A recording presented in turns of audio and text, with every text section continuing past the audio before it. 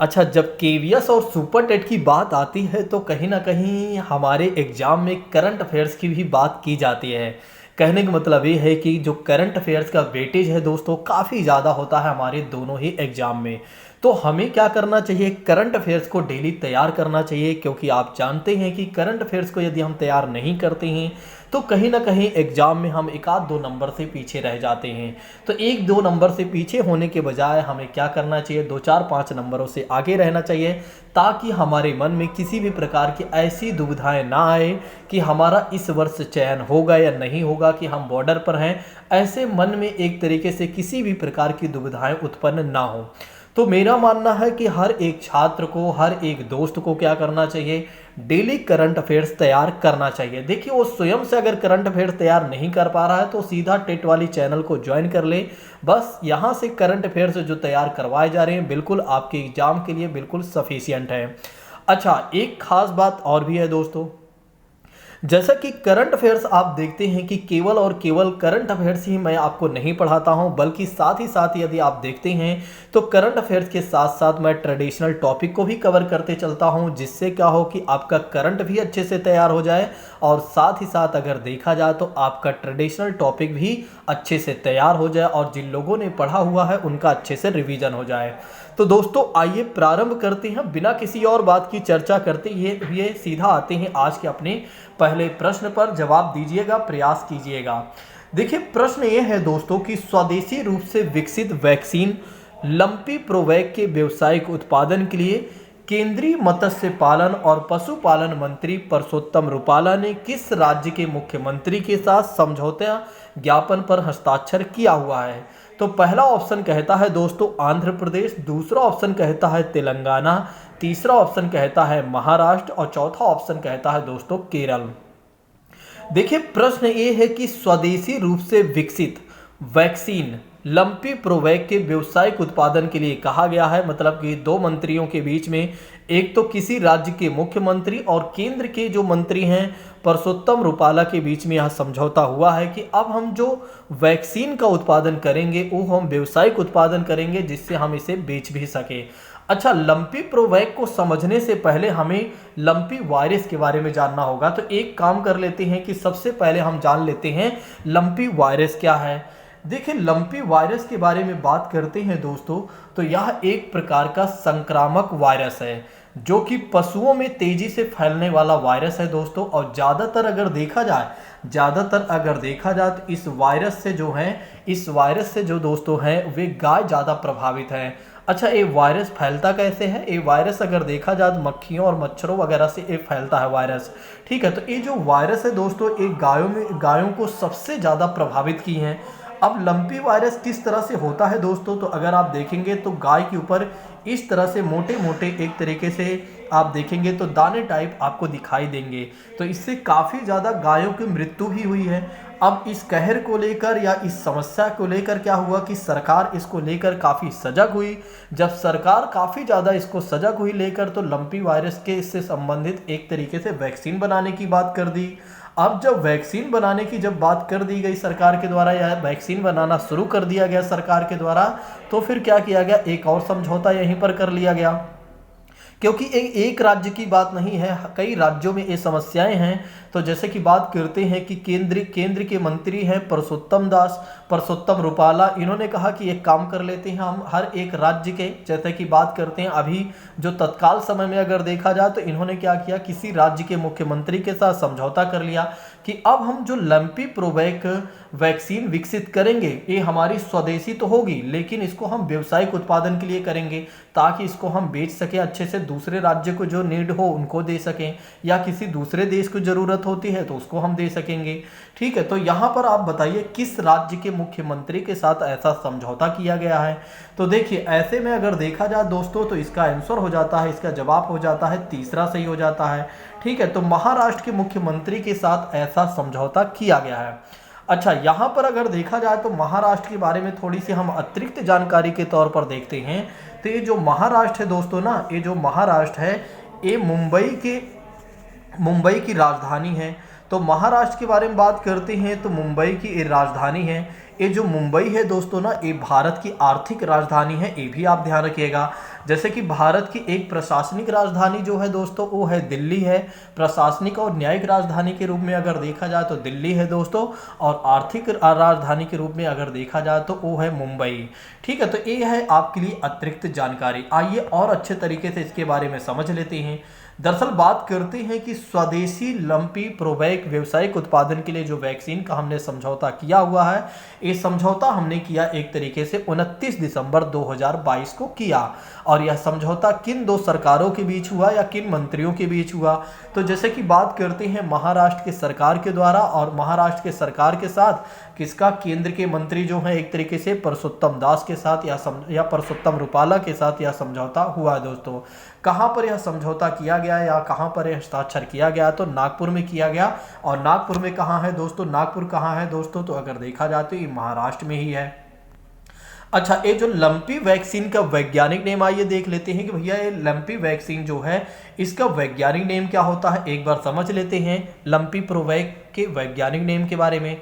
इसका जो नेम है दोस्तों होमोलॉगस लाइव टेन्यूटेटेड LSD वैक्सीन है। तो इसका नेम याद रखिएगा, आपके एग्जाम में ये पूछा जा सकता है, क्योंकि जैसे कि उत्तर प्रदेश से संबंधित कोई एग्जाम होता है या सेंट्रल से संबंधित कोई एग्जाम होता है, तो ऐसे प्रश्न जरूर आपके एग्जाम में पूछ लिए जाते हैं कि लंपी प्रोवैक के आप केवल और केवल आप हमें वैज्ञानिक नाम ही बता दीजिए। ठीक है, जो वैक्सीन है हाल ही में विकसित की गई है स्वदेशी रूप से, उसका आप केवल और केवल वैज्ञानिक नेम बता दीजिए। अगर आपको पता है तो आप बता पाएंगे, नहीं तो आप नहीं बता पाएंगे। तो होमोलॉगस लाइव टेन्यूएटेड LSD वैक्सीन इसका नेम है दोस्तों, ध्यान रखिएगा। चलिए अब आइए बात कर लेते हैं नेक्स्ट चीज़ों के बारे में। यहाँ पर एक संस्था है दोस्तों, इसके बारे में अगर आप ध्यान रखना चाहें तो रख सकते हैं। उस संस्था का नेम है दोस्तों भारतीय पशु चिकित्सा अनुसंधान संस्थान, जिसे IVRI कहा गया है। और इसकी स्थापना हुई थी दोस्तों 1899 में हुई थी। तो इसकी स्थापना कब हुई थी? 1899 में। और इसकी जो प्रधान शाखा है दोस्तों इज्जत नगर में है। इज्जत नगर कहाँ पर है? तो बरेली में है। अच्छा, बरेली कहाँ पर है दोस्तों? तो उत्तर प्रदेश में है। अगर उत्तर प्रदेश के अतिरिक्त जानकारी देखते हैं तो उत्तर प्रदेश में अगर देखा जाए दोस्तों तो दुधवा नेशनल पार्क है, इस बात को भी ध्यान रखिएगा। और नेक्स्ट बात करते हैं इसके क्षेत्रीय परिसर है, जैसे कि मुक्तेश्वर की बात करते हैं जो कि उत्तर प्रदेश में ही है, पुणे की बात करते हैं, और कोलकाता की बात करते हैं, श्रीनगर की बात करते हैं। तो इसके क्षेत्रीय कार्यालय, क्षेत्रीय परिसर हैं। अच्छा, ये जो वैक्सीन उत्पादन का अधिकार दिया गया है दोस्तों, जो पुणे में स्थित एक शाखा है उसे, यानी कि ब्रांच को दिया गया है। तो वैक्सीन उत्पादन का जो अधिकार किसे दिया गया है? पुणे में स्थित जो एक शाखा है उसे यह अधिकार दिया गया है, इस बात को ध्यान रखिएगा।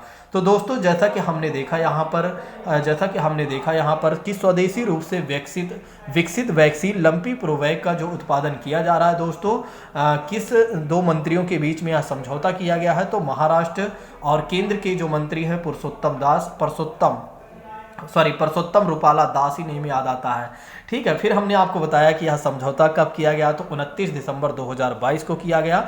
इस बात को गौर करिएगा। और ज़्यादातर अगर आपको ध्यान रखना है दोस्तों तो ये बातें आपको जरूर ध्यान रखना है इसके फुल फॉर्म के बारे में। और लंपी क्या है? एक प्रकार का वायरस है जो कि पशुओं में तेजी से फैलने वाला वायरस है, और ज़्यादातर जो इस रोग से प्रभावित है दोस्तों वो है गाय है, इस बात को ध्यान रखिएगा। ठीक है, आइए बात कर लेते हैं अब नेक्स्ट चीज़ों के बारे में, यानी कि अगले प्रश्न के बारे में बात करते हैं। देखिए अगला प्रश्न हमसे ये कहता है कि आप हमें ये बता दीजिए कि 4 से 10 जनवरी 2023 के मध्य भारत स्काउट्स एंड गाइड्स का 8वां राष्ट्रीय जम्बूरी 2023 कहां आयोजित कर रहा है। देखिए अगला प्रश्न हमसे ये कह रहा है कि 4 से 10 जनवरी 2023 के ही बीच में अगर देखा जाए तो भारत क्या कर रहा है कि स्काउट एंड गाइड्स का 18वां राष्ट्रीय जम्बूरी 2023 कहां पर आयोजित कर रहा है, ये हमें बताना है। अब पहला ऑप्शन कहता है दोस्तों मध्य प्रदेश, दूसरा ऑप्शन कहता है मणिपुर, और तीसरा ऑप्शन अगर देखा जाए तो राजस्थान के बारे में कहता है, और चौथा ऑप्शन अगर देखा जाए दोस्तों तो उत्तर प्रदेश की बात करता है। अच्छा, ये जो स्काउटिंग है दोस्तों, ये क्या है आइए समझ लेते हैं। पहले तो स्काउटिंग के बारे में स्काउट गाइड से लिखा हुआ है ना। अब स्काउट गाइड्स तो किसी को नहीं समझ में आ रहा होगा, बहुत सारे छात्र ऐसे होंगे जिन्हें स्काउट्स के बारे में नहीं पता होगा। तो आइए मैं बता देता हूँ स्काउट्स के बारे में। देखिए, स्काउट्स या स्काउटिंग के बारे में देखा जाए तो यह एक तरीके से देखा जाए तो यह एक बालचारी आंदोलन है। यानी कि बालचारी मतलब बच्चों से संबंधित एक आंदोलन है कि जो बच्चे हैं उनको बड़े होने तक नैतिकता के सिखाना। मतलब बच्चों को से बड़े होने तक, मतलब जो बच्चे होते हैं उनके बड़े होने तक की जो नैतिकता सिखाई जाती है दोस्तों, वही है स्काउटिंग है, या एक तरीके से स्काउट गाइड्स है। ठीक है, स्काउटिंग यही है, इस बात को ध्यान रखिएगा। तो स्काउट गाइड का मतलब क्या हो जाता है, बालचारी। यह एक प्रकार का बालचारी आंदोलन है जिसमें बच्चों को बड़े होने तक, मतलब जैसे मान लेते हैं हम कल बच्चे थे, आज हम बड़े हो रहे हैं, तो जैसे यह कह सकते हैं जो बच्चे अभी हैं उनको बड़े होने तक जो नैतिकता सिखाई जाती है उसी को क्या कहा जाता है, स्काउटिंग कहा जाता है। ये जो स्काउटिंग का दोस्तों 18वां राष्ट्रीय सम्मेलन हो रहा है या जम्बूरी 2023 कहाँ पर आयोजित किया जा रहा है, आपको ये बताना है। देखिए, इसके आंसर के बारे में यदि हम बात करते हैं दोस्तों तो इसका आंसर हो जाता है तीसरा सही हो जाता है। यानी कि राजस्थान में क्या है, 18वां राष्ट्रीय जम्बूरी 2023 आयोजित किया जा रहा है। ये जम्बूरी जो है दोस्तों ना, ये हर 4 वर्ष में एक बार किया जाता है, इस बात को ध्यान रखिएगा। ठीक है, तो ये राजस्थान में यहाँ आयोजन किया जा रहा है, ध्यान रखिएगा। मैंने आपको बताया स्काउटिंग के बारे में। अच्छा, कुछ अतिरिक्त जानकारी मैं यहाँ पर दे देता हूँ, फिर आगे बढ़ता हूँ। जैसे कि बात करते हैं थोड़ा सी मध्य प्रदेश के बारे में जान लेते हैं। आज ज़्यादातर मैं नेशनल पार्क बताने वाला हूँ।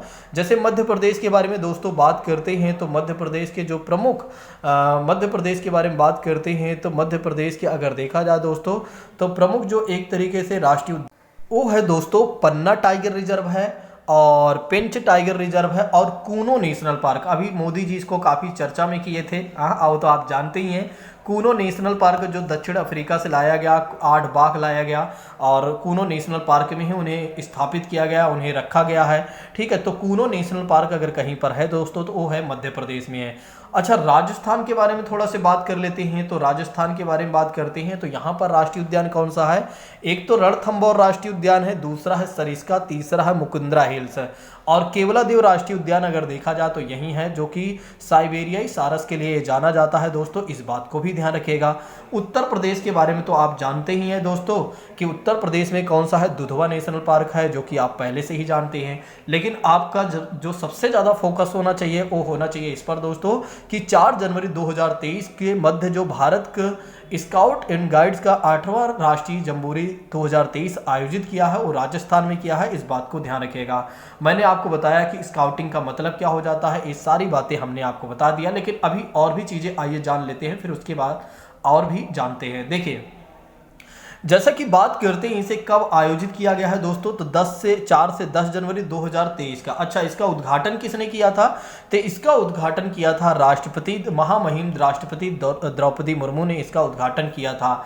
ये जो थीम थी दोस्तों, ये आपके एग्जाम में पूछा जा सकता है, तो आप थीम याद रख लीजिएगा, शांति के साथ प्रगति की बात की गई है। शांति के साथ प्रगति की बात की गई है या इस पर बल दिया गया है, यानी कि शांति के साथ हमें आगे बढ़ना है। यही भारत स्काउट गाइड्स का 8वां राष्ट्रीय जम्बूरी 2023 का जो आयोजन किया गया था वो दोस्तों उसका थीम था या थीम है, इस बात को ध्यान रखिएगा। अच्छा, इसमें अगर देखा जाए दोस्तों स्काउट गाइड के 9 नियम होते हैं। तो 9 नियम कौन कौन से हैं, जैसे कि बात करते हैं, एक तो स्काउट के बारे में बात करते हैं तो यहाँ पर विश्वसनीयता की बात की जाती है, यहाँ वफादार की बात की जाती है, यहाँ सबका मित्र, प्रत्येक एक दूसरे के स्काउट का भाई होता है, स्काउट विनम्र होना चाहिए, स्काउट पशु पक्षी मित्र एवं प्रकृति प्रेमी होना चाहिए, स्काउट अनुशासनशीलता और सार्वजनिक होना चाहिए, साहसी होना चाहिए, मितव्ययी होता है। ठीक है, तो इस बात को ध्यान रखिएगा अगर आप ध्यान रखना चाहते हैं, नहीं तो कोई ज़्यादा इशू नहीं है। अब आइए बात करते हैं दोस्तों अगले प्रश्न के बारे में कि अगला प्रश्न हमसे किस तरह की बातें कर रहा है और वो हमसे क्या पूछने का प्रयास कर रहा है। अच्छा, अगला प्रश्न हमसे ये कह देता है कि आप हमें ये बता दीजिए कि 3 जनवरी 2023 को वाल्टर कनिंगम का निधन हो गया, वे थे कौन। यहाँ पर अगला प्रश्न हमसे कह रहा है कि भैया आप हमें ये बता दीजिए, अभी हाल ही में 3 जनवरी 2023 को वाल्टर कनिंगम का निधन हुआ। अच्छा, वे थे कौन, आप हमें ये बता दीजिए। क्या वे अभिनेता थे, क्या वे इतिहासकार थे या वैज्ञानिक थे या नासा के अपोलो कार्यक्रम के अंतिम जीवित अंतरिक्ष यात्री थे? बड़ा ही प्यारा प्रश्न है। अच्छा, इस तरह के एग्जाम में अगर आपके प्रश्न पूछ लिए जाते हैं तो बहुत सारे लोग ऐसे होंगे जिनका दिमाग बिल्कुल बंद हो जाएगा। वे कहेंगे क्वेश्चन ऐसा आया था कि हमारा दिमाग काम करना बंद कर दिया था। तो दरअसल उसके पीछे का मूल कारण ये होता है कि जानकारी का अभाव है, इसलिए हमारा दिमाग नहीं काम कर रहा है। अच्छा सोचिए, अगर आपसे ये पूछ लिया जाए भारत में कुल कितने राज्य हैं, तो आप क्या दिमाग क्या यहाँ बंद होगा? नहीं होगा। आप सीधा बताएंगे 28 राज्य हैं। मैं अगर आपसे ये कह देता हूँ कि अगर आपके एग्जाम में ये पूछ लिया जाए कुल कितने केंद्र शासित प्रदेश हैं, तो आप कहेंगे 8 केंद्र शासित प्रदेश हैं। अब सोचिए, क्या आपका दिमाग यहाँ पर बंद हुआ? नहीं हुआ। फिर दूसरी बात, अगर मैं आपसे पूछ लेता हूं कि भारत के पहले राष्ट्रपति कौन थे, प्रधानमंत्री कौन थे, तो आप सोचिए कि क्या यहां पर आपका दिमाग बंद होगा? नहीं, फटाफट आप बता देंगे। लेकिन अगर मैं आपसे ये पूछ लेता हूं कि भारत के प्रथम मुख्य न्यायाधीश कौन थे, भारत के प्रथम मुख्य न्यायाधीश कौन थे, चीफ जस्टिस ऑफ इंडिया कौन थे दोस्तों, तो यहां पर आपका दिमाग बंद हो जाएगा, क्योंकि यहां पर क्या है, आपको जानकारी नहीं है। अब जैसे मुझे पता है तो मेरा यहाँ पर दिमाग नहीं बंद होगा। यहाँ अगर देखा जाए तो भारत के प्रथम जो मुख्य न्यायाधीश थे दोस्तों, वे थे हीरालाल जेकानिया थे। ठीक है, तो हीरालाल न्यायमूर्ति हीरालाल जेकानिया जो थे वे भारत के पहले चीफ जस्टिस ऑफ इंडिया थे। इस बात को ध्यान रखिएगा। वैसे मैं अतिरिक्त जानकारी के तौर पर बता दिया, तो इस प्रश्न का जवाब दीजिए। देखिए, इस प्रश्न का जवाब अगर देखा जाए दोस्तों तो डी हो जाता है, क्योंकि जो नासा के अपोलो कार्यक्रम नासा में एक अपोलो कार्यक्रम चलाया गया था, उस कार्यक्रम के अंतिम व्यक्ति जो जीवित थे वे यही थे। मतलब जो वाल्टर कनिंघम थे जिनका निधन हुआ, वे नासा के अपोलो कार्यक्रम के अंतिम जीवित अंतरिक्ष यात्री थे दोस्तों। इस बात को ध्यान रखिएगा। आइए थोड़ा सा इसके बारे में समझ लेते हैं है क्या। देखिए, वाल्टर कनिंघम के बारे में बात करते हैं दोस्तों। ये चर्चा में क्यों है? क्योंकि 3 जनवरी 2023 को इनका निधन हो गया, और जब ये 3 जनवरी 2023 को इनका निधन हुआ तो ये 90 वर्ष के थे, और नासा के अपोलो कार्यक्रम के अंतिम जीवित अंतरिक्ष यात्री व्यक्ति थे। और वह एक अन्वेषक जिनके कार्यों के नासा के नए आर्टेमिस चंद्र कार्यक्रम की इन्होंने नींव भी रखी थी। तो इतना डीप आपको नहीं याद रखना है। नेक्स्ट बात करते हैं, अपोलो मिशन है क्या दोस्तों? अपोलो 7 मिशन है क्या? दरअसल बात करते हैं 11 दिन तक क्या हुआ कि पृथ्वी का चक्कर लगाते हुए उपग्रह का सीधा प्रसारण किया गया था। 11 दिन तक जब एक उपग्रह था जिसने 11 दिन तक क्या किया, पृथ्वी का चक्कर लगाया, और इसका सीधा एक तरीके से दिखाया गया, लाइव प्रसारण किया गया। तो जिसके वजह से कहीं ना कहीं एक तरीके से अगर देखा जाए तो ये जो मिशन है काफ़ी अहम हो जाता है। और इसके 1 वर्ष बाद ही चंद्रमा पर उपग्रह उतारने का मार्ग भी इनको मिल गया। तो कहने का मतलब ये है, इस कार्यक्रम को चलाने से अमेरिका को काफ़ी ज़्यादा सफलता भी मिल जाती है, क्योंकि इसके 1 वर्ष बाद ही चंद्रमा पर उपग्रह उतारने का भी इन्हें मार्ग मिल जाता है। एक काफ़ी अहम हो जाता है इनके लिए। ठीक है, तो अपोलो 7 का नेम ध्यान रखिएगा, और उस व्यक्ति का नाम याद रखिएगा जो जिसकी डेथ हो गई थी दोस्तों, वाल्टर कनिंघम का नेम ध्यान रखिएगा। ऐसे प्रश्न आपके एग्जाम में पूछे लिए जाते हैं। ठीक है, आप याद करिए, आपके एग्जाम में आपके सिलेबस में एक बातें लिखी गई हैं, और वो बातें ये लिखी गई हैं कि आपसे जो हम करंट अफेयर्स के रूप में पूछेंगे वे राष्ट्रीय और अंतर्राष्ट्रीय समसामयिक घटनाएं होंगी।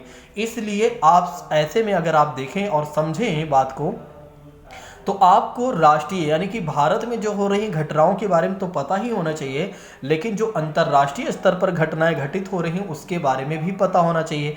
इसलिए हमने आपसे कहा कि आप वाल्टर कनिंघम का नेम ध्यान रखिएगा। चलिए, अब आइए बात करते हैं दोस्तों इसी के साथ अगले प्रश्न के बारे में कि हमसे अगला प्रश्न हमसे किस प्रकार का जवाब मांग रहा है।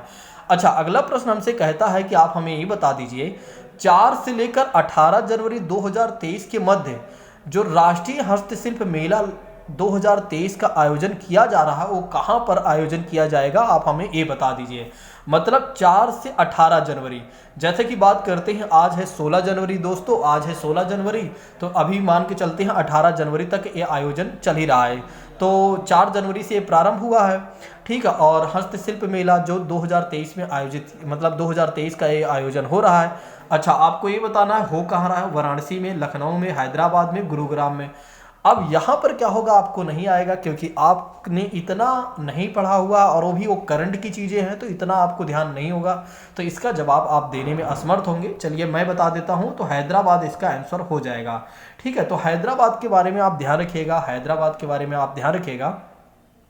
ठीक है, हैदराबाद के बारे में आप ध्यान रखिएगा कि 4 से 18 जनवरी 2023 के मध्य राष्ट्रीय हस्तशिल्प मेला 2023 का आयोजन किया जा रहा है। और कहां पर किया जा रहा है दोस्तों, तो हैदराबाद में किया जा रहा है, इस बात को ध्यान रखिएगा।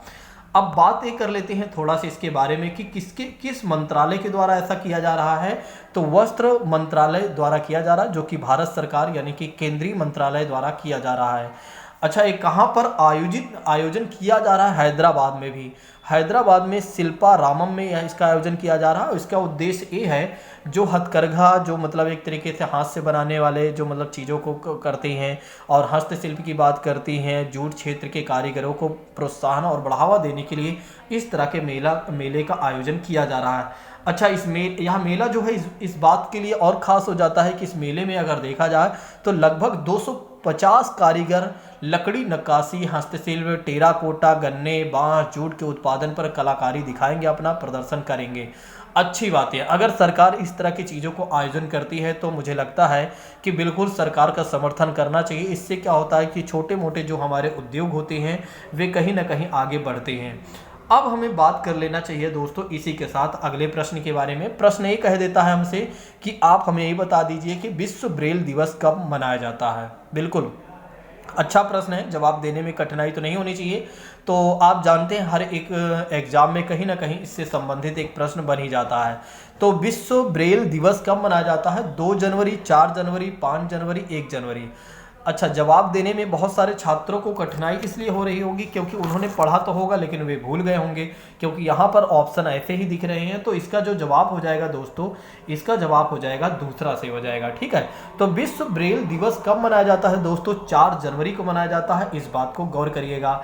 अच्छा, 1 जनवरी को क्या मनाया जाता है? तो 1 जनवरी को मनाया जाता है इंटरनेशनल फैमिली डे मनाया जाता है, मतलब अंतर्राष्ट्रीय परिवार दिवस मनाया जाता है, जिसमें माता पिता मतलब एक तरीके से माता पिता और बच्चों में एक संबंध को स्थापित करने के लिए या रिलेशन को अच्छा बनाने के लिए क्या किया जाता है, 1 जनवरी को क्या किया जाता है, विश्व अंतर्राष्ट्रीय परिवार दिवस मनाया जाता है। आज कुछ लोगों को पहली बार पता चला होगा और जिन लोगों ने हमारी शुरू से क्लासेस देख रहे होंगे उनको तो तुरंत याद आ गया होगा कि सर क्या कह रहे हैं। चलिए इसके जवाब को थोड़ा सा हम यहाँ पर देख लेते हैं। तो बिल्कुल हमने जो जवाब दिया था वो 4 जनवरी 2023 का जवाब दिया था, बिल्कुल वो तो सही है। अच्छा, इसके बारे में हम बात करते हैं तो इसका उसके उपलक्ष्य के बारे में बात करते हैं। तो ब्रेल लिपि के आविष्कारक सर लुइस ब्रेल, जो कि फ्रांस के थे, और उनके जन्मदिन की याद पर क्या किया जाता है, इस दिवस को मनाया जाता है, जो कि अच्छी बात है क्योंकि इन्होंने ही इसका आविष्कार किया था। भैया जब इन्होंने आविष्कार किया था तो इनको तो याद करना ही चाहिए। अगर हम दिवस नहीं मनाते हैं तो कहाँ हम किसी को याद कर पाते हैं, यहाँ हम अपने घर वालों को नहीं याद कर पाते हैं तो इनको कैसे याद करेंगे। तो फिर इस तरह के जब कार्यक्रम स्थापित कर दिए, इस तरह के कार्यक्रम जब बना दिए जाते हैं तो फिर याद करना ही पड़ता है ना। तो इसको अगर शुरुआत के बारे में बात करते हैं, इसकी शुरुआत 2018 में ही की गई थी, नवंबर 2018 में, अभी हाल ही में की गई थी। और किसके द्वारा की गई थी? यूनाइटेड नेशन की एक संगठन है, एक बॉडी है, यूनाइटेड नेशन ऑर्गेनाइजेशन, संयुक्त राष्ट्र संघ की एक संस्था है दोस्तों। वो है, संस्था का नेम है संयुक्त राष्ट्र महासभा, यानी कि यूनाइटेड नेशन असेंबली की बात करते हैं। तो इसके द्वारा इसकी शुरुआत की गई, या कह सकते हैं इसके द्वारा विश्व ब्रेल दिवस घोषित किया गया नवंबर 2018 में। इसका उद्देश्य ये है दोस्तों कि आंशिक या पूरी तरह से दृश्यता खोई हुई व्यक्ति के मानव अधिकारों के पूर्ण प्राप्ति में संचार के साधन के रूप में अगर देखा जाए ब्रेल लिपि के महत्व के बारे में एक तरीके से बताया गया है। ठीक है, या जागरूकता बढ़ाना है, इस बात को गौर करिएगा। थोड़ा सा क्लास बड़ी हो जा रही है। चलिए बात कर लेते हैं दोस्तों अगले प्रश्न के बारे में। ये होगा अगला प्रश्न और लास्ट प्रश्न होगा मुझे लगता है। अगला प्रश्न यह है कि 22 दिसंबर 2022 को देश भर में किसान दिवस कब मनाया जाता है और यह दिवस किस नेता के उपलक्ष्य में मनाया जाता है? तो 22 दिसंबर 2022 को देश भर में किसान दिवस मनाया जाता है। दोस्तों एक प्रश्न आपके लिए बहुत इंपॉर्टेंट है, ठीक है, ध्यान रखिएगा। लाल बहादुर शास्त्री, देवीलाल चौधरी, चौधरी चरण सिंह और अटल बिहारी वाजपेयी। तो दोस्तों इसका जवाब हो जाएगा तीसरा सही हो जाएगा। तो चौधरी चरण सिंह के बारे में बात करते हैं तो ये भारत के 5वें प्रधानमंत्री थे और जिनके एक तरीके से जयंती पर क्या किया जाता है, किसान दिवस मनाया जाता है। इस बात को गौर करिएगा, ठीक है, यानी कि ध्यान रखिएगा, भूलिएगा नहीं, ठीक है। तो किसानों के कल्याण के लिए इन्होंने बहुत अच्छा काम किया था, जिसकी वजह से क्या है कि इनके जन्म दिवस पर अगर देखा जाए तो क्या होता है, 23 दिसंबर को क्या किया जाता है, किसान दिवस मनाया जाता है, जो कि अच्छी बात है। इसी के साथ अगले प्रश्न के बारे में बात कर लेते हैं मेरे प्रिय साथियों। तो अगला प्रश्न हमसे ये कह देता है कि यूनिसेफ दिवस कब मनाया जाता है? तो 8 दिसंबर, 11 दिसंबर और 4 दिसंबर और 14 दिसंबर, जो कि आपको उत्तर देखने को ही मिल रहा है। तो इसका जवाब हो जाएगा दोस्तों 11 दिसंबर, ध्यान रखिएगा।